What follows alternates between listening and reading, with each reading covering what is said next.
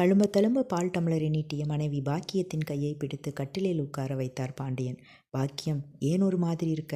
என்னால் முடியலைங்க. நாம் தனி குடித்தனம் போயிடலாம். என்ன? ஆமாங்க, வீட்டில் நான் ஒருத்தியே கஷ்டப்பட வேண்டியிருக்கு. ஒத்தாசைக்கு யாரும் வர்றதில்ல. கல்யாணம் முடிஞ்சு 1 மாதம் கூட ஆகலை. அதுக்குள்ளார நம்ம தனி குடித்தனம் போனால் பார்க்குறவங்க என்ன நினைப்பாங்க? கொஞ்சம் பொறுத்துக்க பாக்கியம். என் கஷ்டம் புரியாமல் பேசாதீங்க. சரி, இதுதான் உன் முடிவுனா இன்றைக்கே ஆஃபீஸில் ட்ரான்ஸ்ஃபர் அப்ளிகேஷன் கொடுத்துட்றேன். போதுமா? முதல்ல அதை செய்யுங்க. ஒவ்வொரு மகனுக்கும் கல்யாணம் செய்யும் போதெல்லாம் வர்ற மருமக எனக்கு ஒத்தாசையாக இருப்பான்னு நினைக்கிறேன். ஏன், போன மாதம் நம்ம கடைசி மகனுக்கு கல்யாணம் பண்ணினோம். அந்த பொண்ணாவது எனக்கு கூட மாட உதவியாக இருப்பான்னு பார்த்தா அவளும் மற்ற 2 மருமகளாட்ட ஜம்முன்னு வேலைக்கு கிளம்பி போயிடுறான். வயசான காலத்தில் நான் ஒருத்தியே வீட்டு வேலைன்னு அல்லாட வேண்டி கிடக்குது. அதனால தான் நம்ம தனி குடித்தனம் போகலான்னு சொன்னேன்.